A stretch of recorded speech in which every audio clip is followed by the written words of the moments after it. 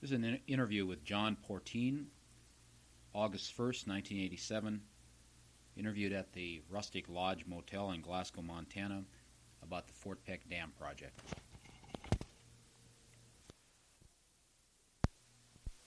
Here, John, if you could explain for us what life was like for you before you moved to Fort Peck to start working on the dam. Okay. Well, I was raised and born in Nyhart, Montana, and my dad was a gold miner, and we left there when I was 4 years old, and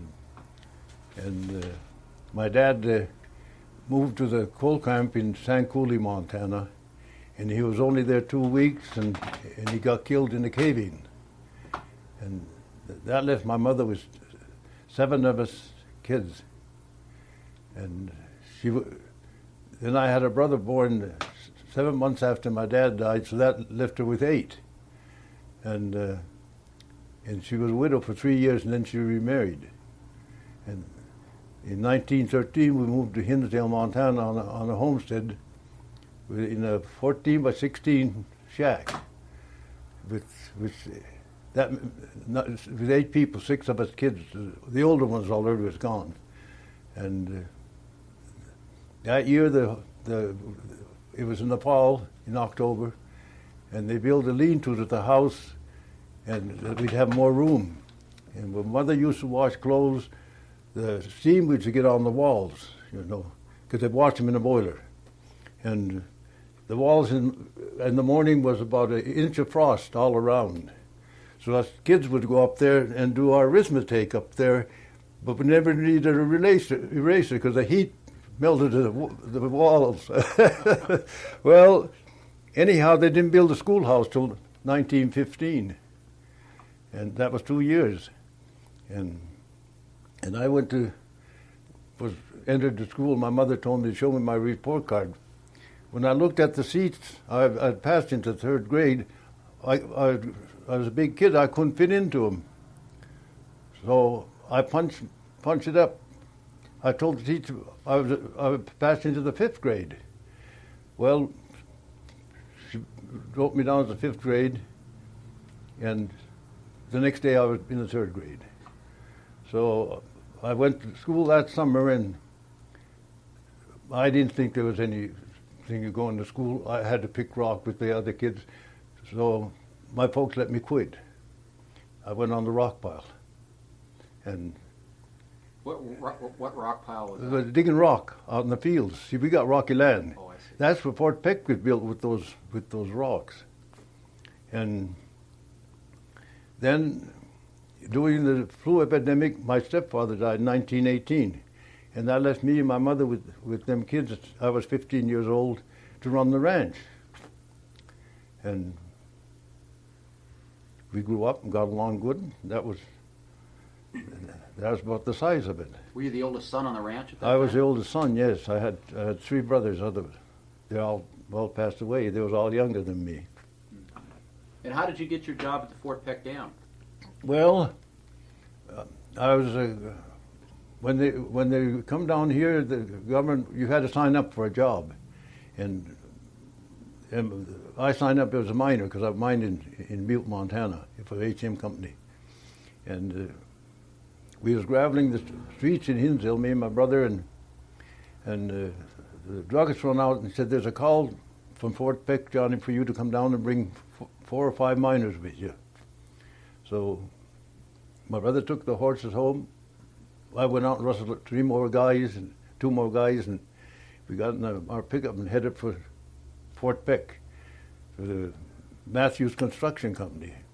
And it was about 10 o'clock at night when we got there, and old Sam, I was a spokesman because I had got the call, and he asked us where we was from, and I said, "We're hot out of the Butte mines." And he said, "That's right." He said, "I don't want some farmer to come down here and hurt himself." So we got the job, went to work, and we worked. We must have worked about 10 days. We was digging shafts to find the formation of the soil, and we hit quicksand, and he didn't have stuff to take care of it with pumps and stuff, so they gave us different jobs. And he had these drill rigs, and it snowed about a foot, and they put the drill rigs on plank to haul them up to where their location. And the people that was trying to get them started with 4 head of horses couldn't move them. So I told my brother, I said, let's go down there and give them a hand, because we were teamsters. So we checked the horses out and checked the colors out. And he took the lead team, I took the wheel team, and we swung off and got them off of this dry dirt and got them on snow, and they hollered, "Why'd you stop for?" So we went to work for this guy then, waiting for the material. And we worked about a week, and 2 of his horses died. So he quit.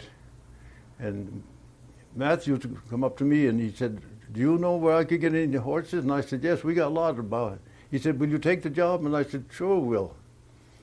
So my brother went to Hinsdale to get 4 head of horses, and Glasgow's 18 miles straight across, 23 to Fort Peck. It's 30 below, and he drove that distance in one day.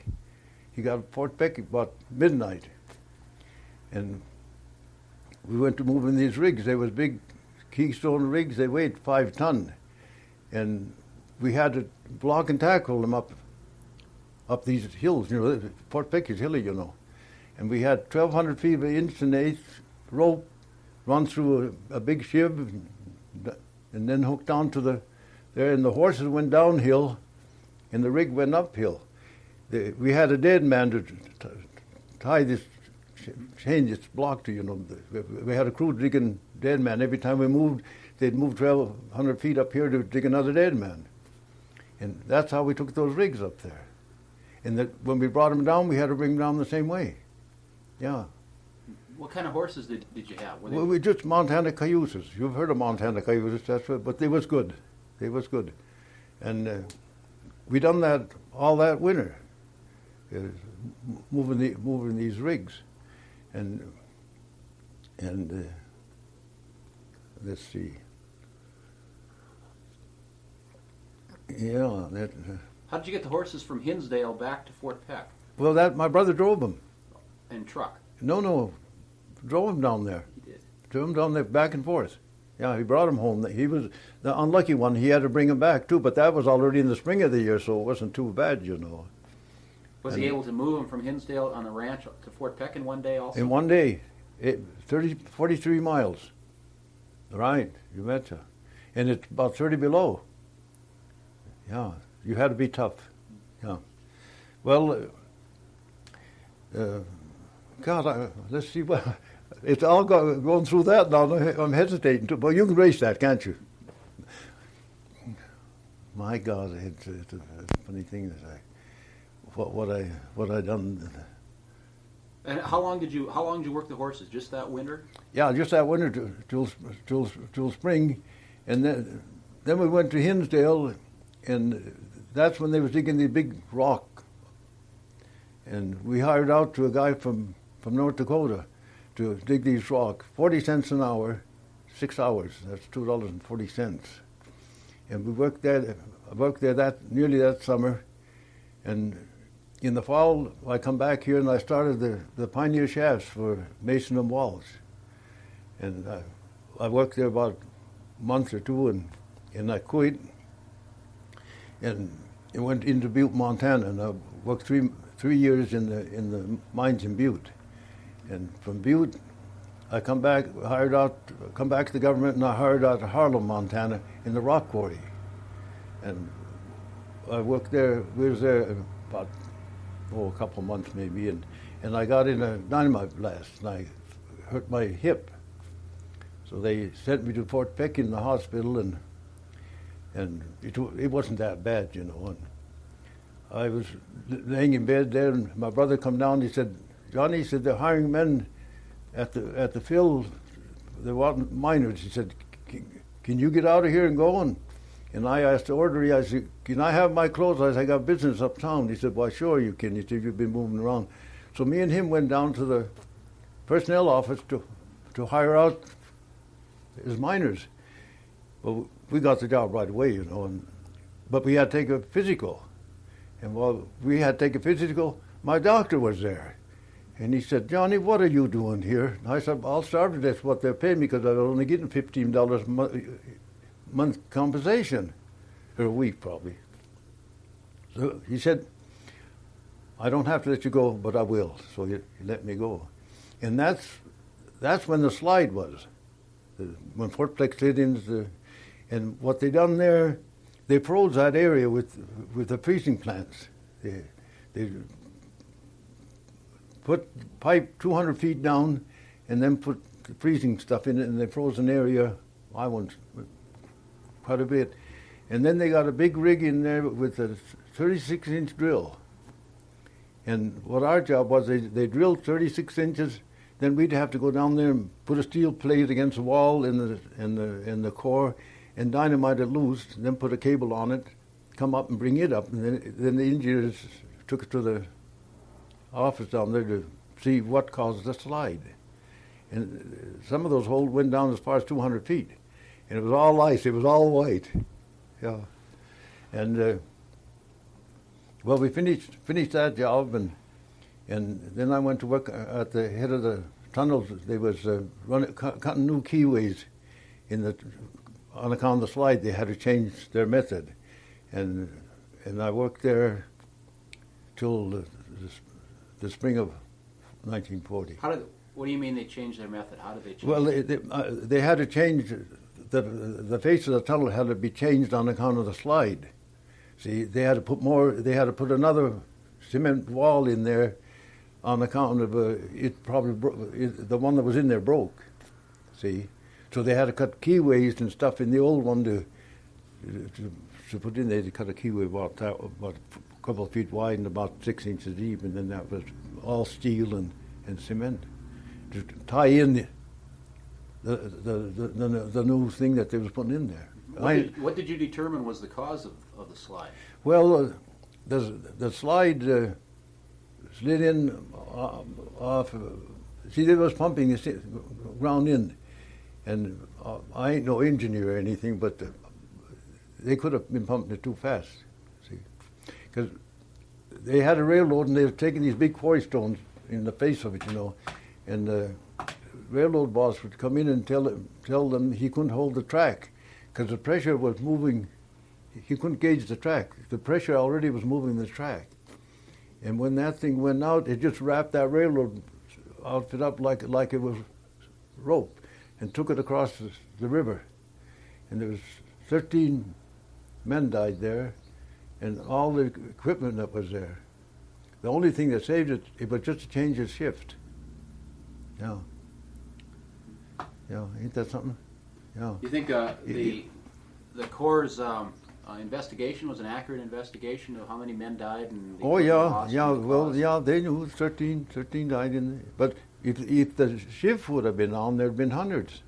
But the old crew was come out, and the new crew was waiting to go in. See, and only these guys were stragglers. They hadn't yet made it.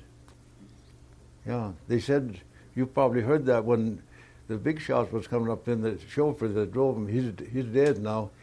They was coming up the fill to get up on top of the dam, and just as he was getting in there, this thing started to fall in front of him, and he kicked that thing in reverse and went all the way down in reverse. And boy, he got a big honor for that there. You can imagine that, yeah, yeah. Were there a lot of Butte miners that came? Oh over? yes, there was a lot of Butte miners. There was bosses in Butte. My boss was Cap Britton, Claude Mongold, and the drilling company went broke because he bid it so low he didn't know what. He come from Tulsa, Oklahoma. He was no oil well driller, and he went broke. So the bonding company took over, and they sent a man up here to oversee it by the name of Confer, and when I come from Butte and walked into the office at Harlem, he was back at the desk. And he asked me, well, what are you going to do here? He was really a good guy. He was a good friend because I worked for him, getting him ready to move the rigs out and clean up and everything. So I worked a month or two doing that there, you know. Me and my brother did. Yeah, he was. Yeah, that was. Now, were you trained as a miner in Butte? Oh no. Or had you had prior experience? Oh, I went to Butte in 1929. You see, my dad and my stepdad was a miner, and it's just like being a farmer. If your father's a farmer, you follow in his footsteps. So when he told us what it was, that we wanted that. So in 1929, I went to Butte to work in the mines, and that spring they shut all the mines down. So I had to go back to the farm. Did you go to Butte as a direct reflection of the Depression years? Oh yeah, well that was in. I went back in '31 then, because there was no way to make a living. The grasshoppers took crop after crop. We had 7 or 8 dry years in a row. The grasshoppers, even down there, ate the fence posts. They'd be so big that when they plow over, sometimes you didn't see the sun. Yeah, it was like an airplane coming when they'd go through the air. Yeah. How much were you paid as a miner in Butte, and then when you came to Fort Peck and where it was? When I started in Butte, they paid $4.75 a day. A day, 8 hours, and in 29, and then in 35 I went back there and they paid 5 1/4, but most of the work in the mines was piecework, contract. Whatever you drilled and blasted, they measured it and they paid you by the cubic foot. And sometimes you'd make as much as $7, $8, $9 even sometimes. And that was a lot of money them days, you know. Yeah. How about when you came here as right from Butte as a miner, and you're working as a miner here? What did you make? Well, we got 90 cents an hour. Yeah, we got 90 cents. Then we stayed in the barracks, and the room and board was $7 a month, a week. A week. Yeah. What in what city did you live in? Well, the barracks was about 2 miles out of Fort Peck, coming north to Glasgow, and that's where the barracks section was. And now, was your food included in that $7 a week? Yeah, food. How was the food? Was it good food? Oh, they had a lot of it. They wheeled it in with big carts, and they had 2 kitchens. And 2 eating places. The kitchen was in the middle, and 1 eating place on this. They could feed 600 at a time, you know, and then 6 on the other side. Yeah, that's the way they done it. It was fast and furious, I betcha.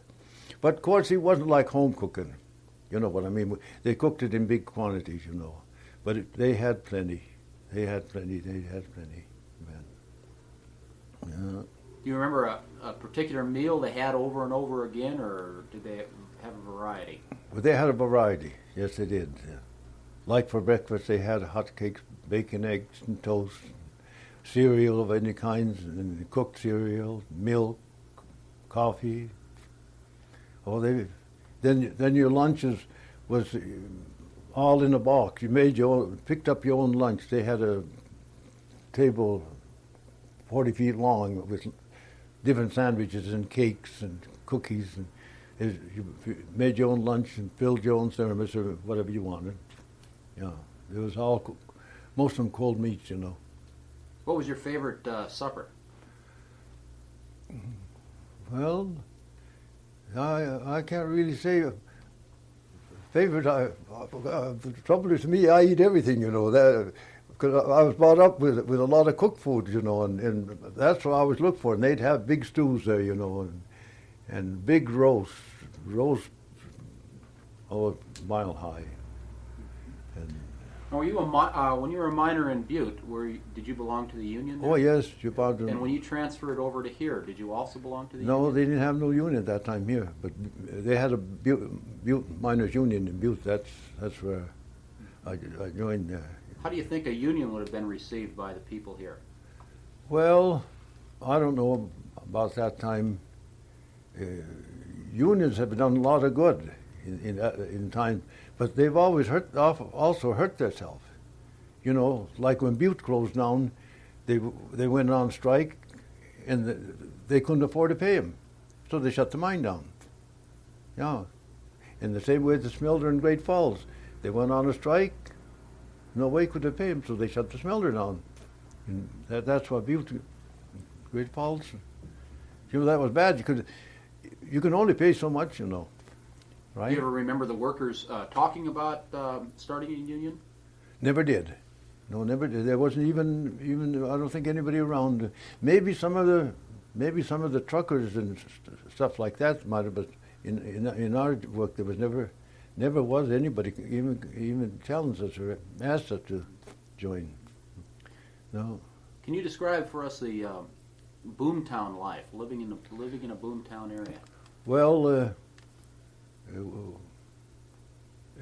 I didn't really didn't live in one, but to be honest with you, it was crappy.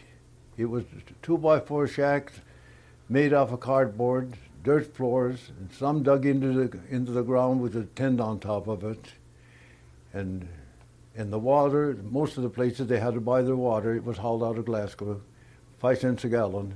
You had a can. There wasn't no refrigeration. Very few people had ice boxes, couldn't afford it, because this dam was built with 50-cent labor, and that was $20 a week, and some of those families had 6 or 7 children. So, ain't that something? Mm-hmm. Yeah, we was in the big money getting 90 cents an hour, and some of the jobs I worked at, I got $1.20, and that was a lot of money them days. When I hired out for this Matthews, that's what he paid. When this guy druggist come and told me that about the job, he said, "And Johnny, they're paying $1.20 an hour." I thought he said $1.20 a day, because that was depression times, Was there a lot of competition for your job because it was high wage? No, there wasn't, but because there was some, yeah, but. Most of these miners come out of Butte and out of the coal mines in North Dakota, and they all knew their work, And of course, a lot of the younger guys hired out. It don't take long to learn a job if you get hired out with someone that knows what they're doing. Yeah. Did they bring their families with them? Some of them did. Yeah, most of them did. Yeah, brought their families with them, and. What kind of relationship was there between other workers and people from Butte? Oh, I think it was great.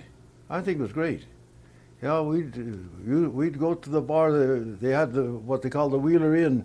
That was dance hall girls. You could dance with a girl for a dime, and you had to buy her a nickel beer. And out of that, the bartender charged you a dime for dancing with this girl, and she got a nickel out of that there, and the bar got a nickel. And them girls, they'd pay you in chips, and them girls would stick those chips in their socks, and it'd be red, blue, and green all down to their heels.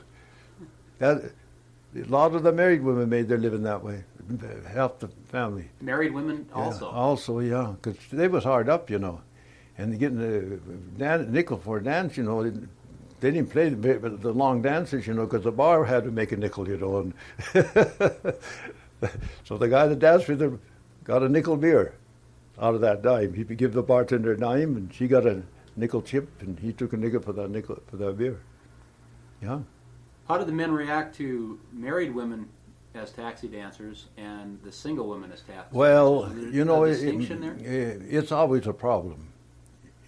There was a lot of more, I won't say a lot, but divorces and stuff like that there. Because you know what I mean? When you hang around one of these bars till 2 and 3 o'clock in the morning, and it isn't for the best. The country was full of single guys, but it was a great time though. And the bars never had a lock and key. They was open 24 hours a day. They threw the key away. And there was, like in Wheeler, Montana, there was 11 bars. And Wheeler ain't very big if you went by it, Matter of fact, I run the buckboard in Wheeler from 1944 to 47, and it was. That's when they was working on the power plant, putting another transformer stuff in there. How frequent was prostitution in the bars? What's that? How frequent was prostitution in the bars? Oh, no, they. Okay, can I tell it? They had the girls over the hill. Yeah. What was that called? That was. I don't know what they called it, but can I say it? Mm-hmm. They called it Pickerville. Yeah. That was over the hills from Wheeler. Yeah. So there was a distinction between prostitutes and taxi dancers then? Oh yeah. But maybe some of those prostitutes maybe come up that we don't know, but there was more places than just the one, but the big one was over the hill from Wheeler. And yeah, it was, well, and then they had a big one in Glasgow, Montana.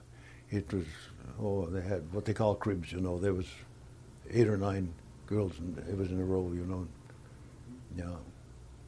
Well, how did you get from your work site to work, or your living site in the barracks to work? Well, a truck stopped at the barracks and picked us up and took us down to what they call the field office. Then we got another truck, and that took us to our job. So we had two changes. Did you own a car at that time? Oh yeah. No, I didn't. My brother did in the 40s. Then we moved to Glasgow and drove from Glasgow to the barracks section, and then we took the bus from there. There wasn't a bus, there was a truck with seats on both sides, and it was open on the end. And it wasn't high class, Did you have to pay for that ride? Oh no, that was all the government furnished that. Yeah, well, yes, yeah. Did you prefer living in Glasgow when you moved here as opposed to living in the barracks? Well, yeah, I did. Mm-hmm. But the barracks were good. They had 31 men in the barracks, and we used to always try to get stay in the barracks where everybody was on the same shift. Most of it there's 3 shifts, and somebody come in at 12 o'clock at night, and others would come at 11, or something like. What I mean? It's 3 shifts. They had to, so there was always someone coming and going, and that nearly wakes you up, So we used to always plan to get the same guys, that was on our shift, and it was nice and quiet, Yeah, when we changed shifts, we all changed shifts. See, yeah, it was all right. What was the relationship between the workers in your crew and your foreman? Oh, we had wonderful bosses. You bet. They treated you like you was one of them. Yeah, they was really good. You could talk to them, even the bigger shots. The guys that was over the straw box. You know what that is. Why don't you explain that for us? Huh? What did you explain the straw box? Straw boss is the last boss on the. He takes orders from the superintendent and from the assistant superintendent, and he's the guy that pushes the guys. Yeah, that's what they call a straw boss, because that's the lowest bossing job you can get. Because I had that several times.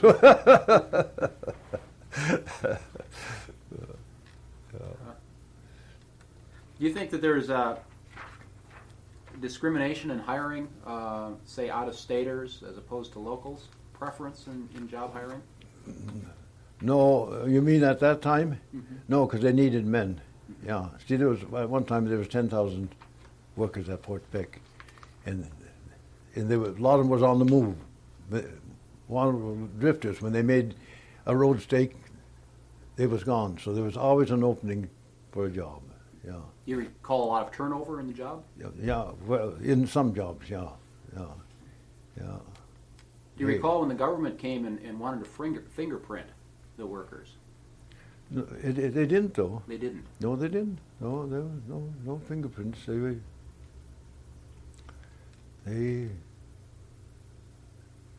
I guess they didn't. the world wasn't as ragged as it is today. You know, people were more honest, right? Today is dangerous. Yeah, you don't know who's who, what's what. How about time pressures for completing a job? Were you always on the rush to complete a job? No. We always used to comment about it that when we was doing the job, how we do it, and we'd always end up doing it the government way because they had their own way of doing it, and it was easy. Yes, it was. You didn't do something on a big hurry or anything. You done it their way, yeah. And which was good. There was some wonderful engineering done to build that dam. Wonderful in them days, you know. That's 53 years ago when this thing started, you know. Yeah, and they had a lot of problems, you know, when that slide and different things, you know, and they've done a fantastic job. Yeah, their equipment wasn't what it is today, you know. You know what I mean. They pumped that sand 9 miles to make that fill. And they engineered all them pontoons and all the engineering down there, but the machinery to the pumping. Had 30-inch pipe where the slush went through. Yeah. Did you ever work on that pipe? No, I didn't. No, that was only 50 and 60 cent labor, you know. What about the safety regulations at the dam site? Were they well? Oh yes, in the tunnels you had to wear hard-toe boots, and you had to wear goggles when you drilled. And what about hard hats? And oh yes, absolutely, you had to have hard hats. You betcha. Yeah, that was a must. Yeah. Did they have safety people that made sure that things were? Oh, there was safety men always all around. You bet there was. They were seen to nobody was getting away with something. Yeah, they was strict that way, and there was very few accidents in the tunnels, you know. As big a job as it was, yeah. In the same way with the shaft, you know, there was not many casualties there. The biggest thing there was in 1936 when that hard winter was, a bunch of miners died from pneumonia. See, it was hot inside the mine, inside the tunnel, and it got outside. At one time it got 60 below, and they come out of there wringing wet, sweaty, and hit that cold air. And I won't say how many died, but a lot of miners died of got pneumonia. Yeah. How were the hospital facilities or medical facilities there? They was good. They had a hospital right at Fort Peck, and if they had too many, then they'd move them to Glasgow. But they had a lot of room down here. Yeah. Yeah. I was in there about a month, I guess, when I got hurt. I was in there the day the thing slid in. I was in the hospital at that time. What were you in the hospital for? Well, that's it. I got hurt up at Harlem, Montana. Got shot in the hip in a dynamite blast, and I was in there then. And they brought in a bunch of guys that went through that slide. One young guy went through there, and unlaced his shoes when he went through. He'd come out there barefooted, but he lived. And when they come in there, they rushed a lot of nurses down there, you know, and the first thing they gave him was a big shot of brandy. And there was a guy that was a cable splicer and next to me, and he was a rugged fella, you know. So he told these nurses, how come we didn't get out a shot? And they come over there, they gave me and him a shot of brandy. Yeah. Do you recall any other illnesses or epidemics that started in the camps? No, I didn't. That was about the one that I can recall of. No. They took pictures of the thermometer when at that time it all went down in that ball, you know, the mercury. So they took pictures of them and then put it on a postal card, and you can imagine the tourists buying them with 60 below on that certain day in Fort Peck, Montana. then they got themselves a big grasshopper and they enlarged it, and then they made a photograph of that there, how big the grasshoppers are in Fort Peck, Montana. They had six barbers at Fort Peck, and it was lined up. When you went in there to get a haircut, the only way you get the hair off your clothes when you got outside, the wind blew it off.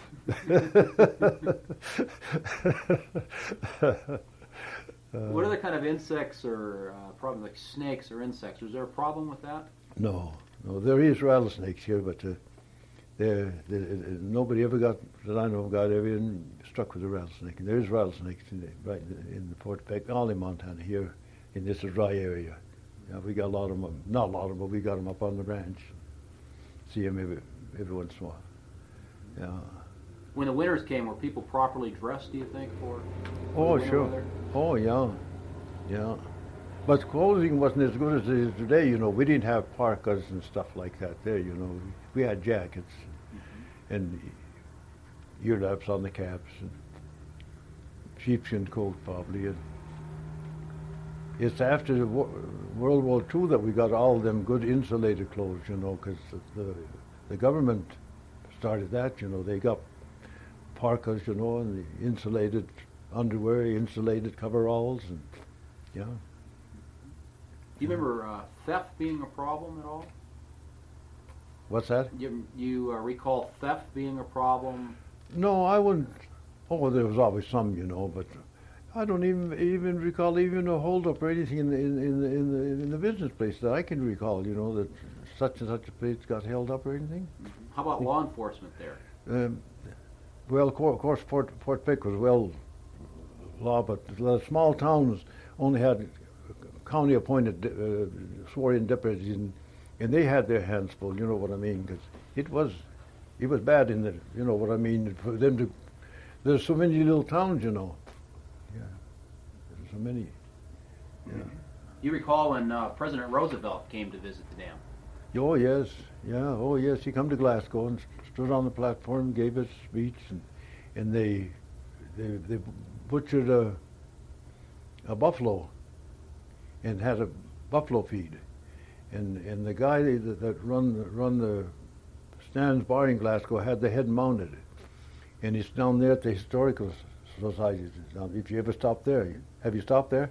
Well, it's down there. He gave all them heads and stuff in there. He owned all of them, and he gave $1 million worth of stuff to the city of Glasgow. He just willed it to him, gave it to him. They moved before he passed away, and he died of a heart attack. He was a millionaire, and he started in the bar business in 1933 or 4. That's something. And he died a millionaire. Well, Yeah. Was President Roosevelt well received by the workers? Oh God, he was just one of the boys. You betcha he was. And the farmers, the same way, He was quite a president. You bet. Did you vote for him? Why, sure I did. All of us farmers are Democrats.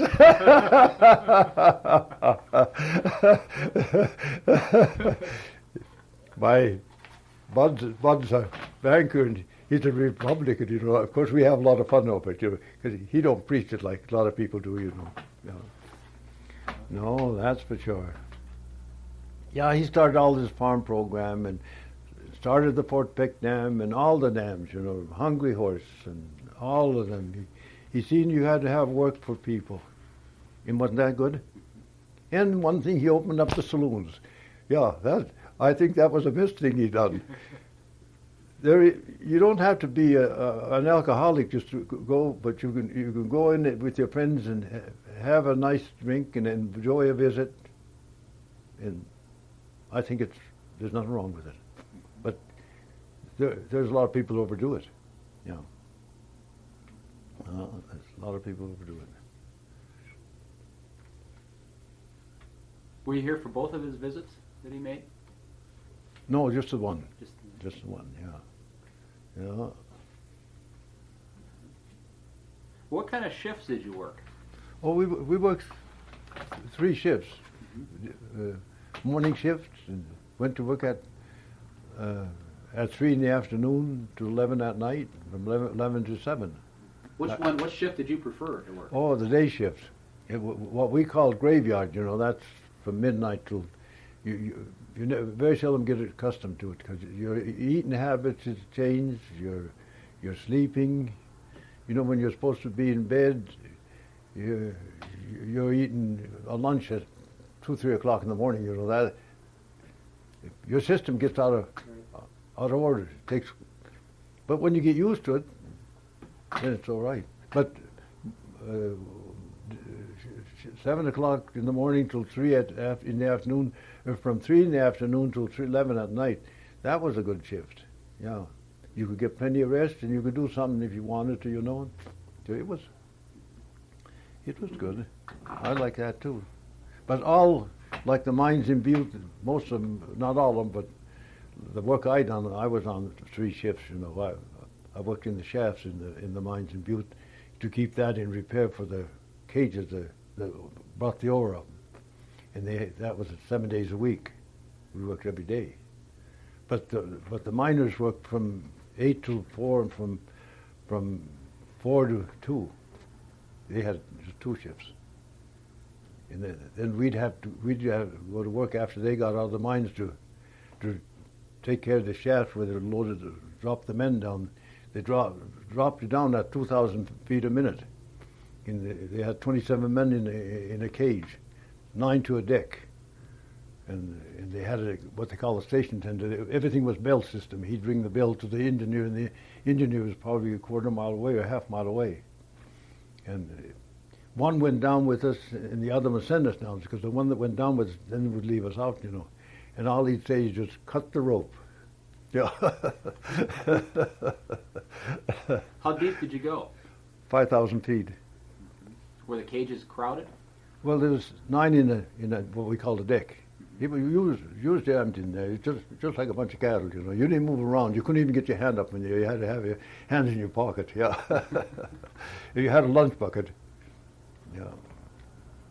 Yeah. You said that Roosevelt was putting men to work. Do you think that they could have built this dam using fewer men and better technology? Well, not at that time, and I don't think today even with like tunnel work and stuff, that takes men, you know, and they probably could do it a little better today, but they've done a wonderful job. You bet, they've done a wonderful job. How did you spend your days off, or when you were done with shift? What did you do? Well, we'd either go. They had a pool hall. Them days they didn't have bars, you know. They had a pool hall and a coffee shop and everything. We'd go in, play pool, and then on weekends, then we'd go home on the ranch. We still had that, you know, and we'd go up there then for our days off. See, we worked, 40 hours. We worked, 40 hours all we got. So we had Saturday and Sunday off. So we'd always go home. Did you always have the weekend off because you were a miner?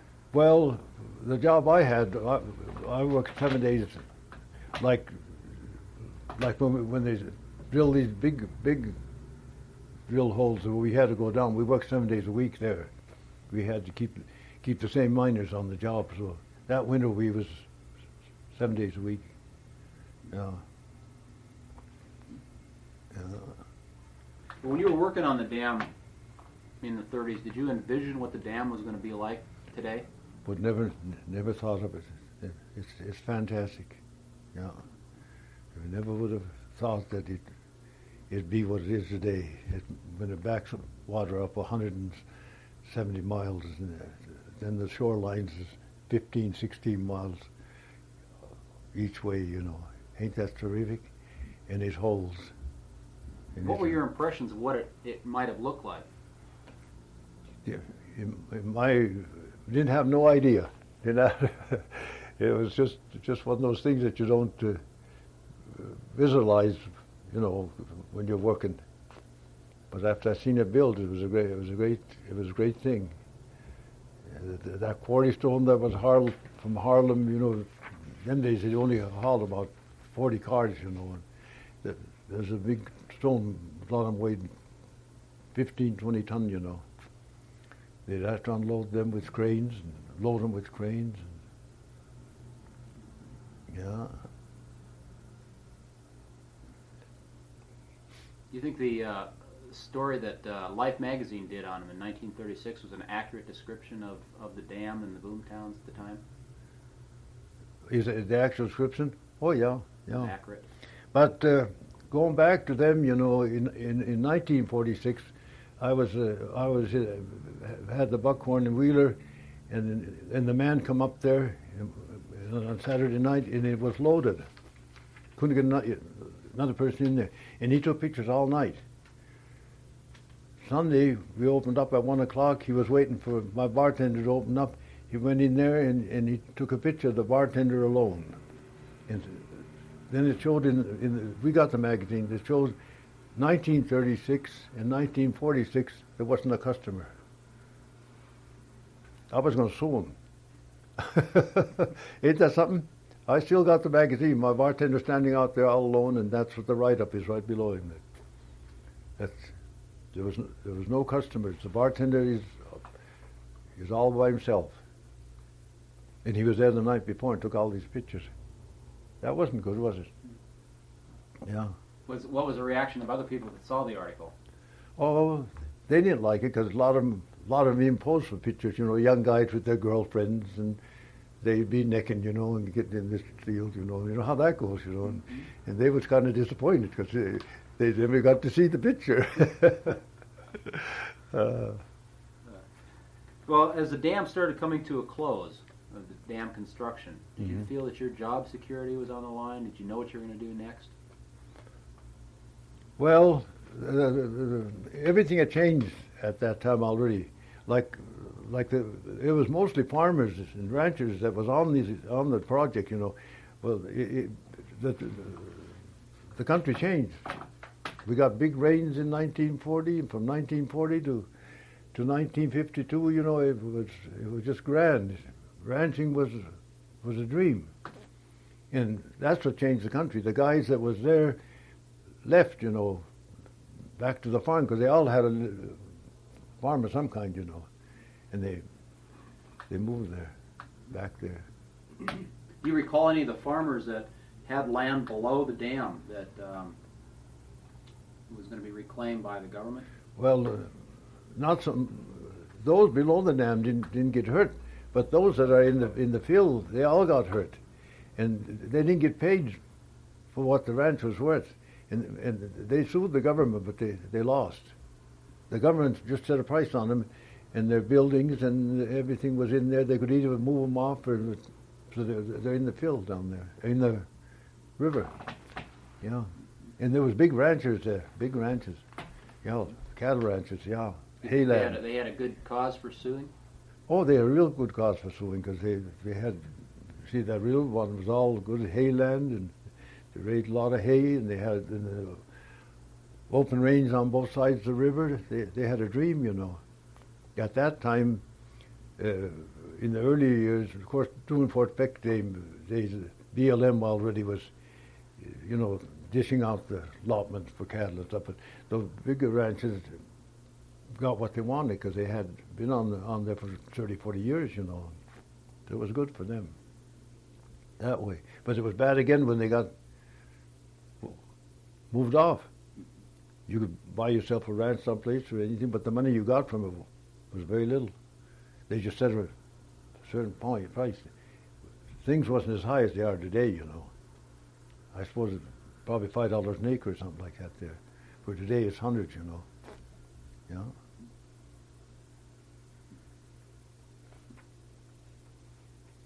Where did most of the people, do you think, move when the dam construction was over? Well, I don't know. They were still building other dams, you know, and the fellows that follow construction would just move to another job. Yeah. And like I said, a lot of them had holdings around here, so they moved to their homes. And even in North Dakota, I think there was a lot of farmers come down here from there, you know, because everybody was hard hit. That the depression was all over, and the dryness was, the Dust Bowl was in, you know, Oklahoma, Texas, that was all the Dust Bowl. Yeah, people moved out, you know, they went into California even in the 30s. They had to leave because there's nothing but a Dust Bowl. And that's how Montana was. We had a 3-wire fence with weed stuck on. It blew full of dirt and buried it. It buried it because it blew for years because nothing grew. The ground was dry and nothing grew. Yeah. Were you able to establish good relationships with any of your co-workers or crew that lasted after the building of the dam? Well, no, some of them, yeah, like in our area, you know, I did, but a lot of guys that I knew left, and once in a while I'd see them, you know, when they'd come through our hometown, they'd look me up, you know, and so forth and so on, you know. And I remember one coincidence, I was combining one fall, and when I was moving these drills, and a big burly guy come up there, and he went to the house to find out where I was at, you know, the wife told him. So he come out the field, and he climbed, I was going on the combine, he climbed on this combine, and he started to slap me, you know, dressed up in city clothes, you know. And I thought, oh my God. And he said, you don't even know me. I said, hell no. And he said, do you remember Carol Johnson? I said, my Timster, yeah. And he's in Butte, Montana. He's got an insurance agency down there. Ain't that something? Yeah. Yeah, he thought that was fun to box me around. Because I bossed him, you know. He probably I had it probably coming. You know. Did a lot of people have nicknames that were attached to them? Oh yeah. What was your nickname? No, they never they never did. No, but a lot of the others did. You know, mine was never did get nicknamed. Do you recall any of your crew that had nicknames? Not offhand. No, I can't remember anymore. Because you know that's a darn long time ago. It was 53 years the first time today. You know, and that's like I said, my memory's getting kind of poor too. I ain't that sharp anymore. I've seen too many hard winners. We just got back from Colorado Springs, Colorado. I had an uncle that was 100 years old, and we went down there to his birthday party, and it was hot down there. And I told him, everybody's complaining the heat, and I said, I froze in Montana so much that only one half of me is thawed out yet. When you look back on the hard winters that you spent in working on the dam and the different jobs you had, yeah. What kind of effect did that have in your life afterwards? Oh, it didn't. We was all used to hard work, you know. So it you know, most of us guys was brought up with a pick and shovel. You know, it was hard work no matter what you done. You know, like on the job we had to haul water for these drill rigs. We had a team for that there in a big 500-gallon tank. We had to fill that tank with a bucket out of the river through a hole. And when we come in with the horses, we had to water the horses out of a bucket because they couldn't reach down there because the ice was 2 feet thick. It was all in a day's work. Everybody was in the same category. We didn't know any better. Yeah, it was something. Well, of all the jobs you had on the dam, which one did you like the worst, and which one did you like the best? Well, like being a miner, you know, naturally I like that the best because it was a lot better, like moving these rigs and stuff, you know. That was all out in the open, you know, and you was out there every day in the blizzard, moving the rig, you know, and the drillers would come in at 2 o'clock in the morning and they'd say, our rig is down. Me and my brother would go out there and tear the rig down. You have to lower the mast and pull the stakes and to get it ready when my crew come out. And sometimes we worked out there 16 hours. Yeah. We'd leave at 2 in the morning, come in at 10 at night sometimes. Would you get paid overtime for that? Just straight time. Just straight, no overtime, just straight time. But these drill rigs had to be on location because if you held it up, the drillers didn't have no work, see? And they was getting $1.20 an hour, so you imagine they wanted to work, you know. So we had to have, there was four drill rigs to move, and we had to keep them on location. And sometimes it wasn't even easy, yeah.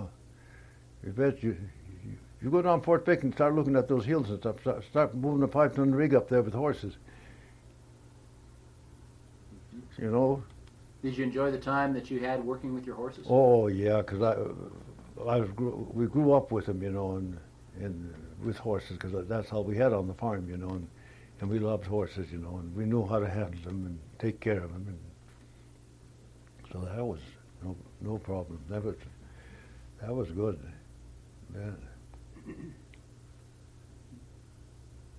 Well, John, I surely appreciate Yeah. the time that you've Well, had. you've asked a lot of questions, and I hope I answered some of them right. Of course But it's just like they want me to write a story down here for the historical side, you know, and they've been after me, and they said they could put it up there, you know, my grandchildren could see it, you know. And I told them, I said, I don't want to do it, because if I tell the truth, I'll land in the penitentiary yet. Thief by trade, so.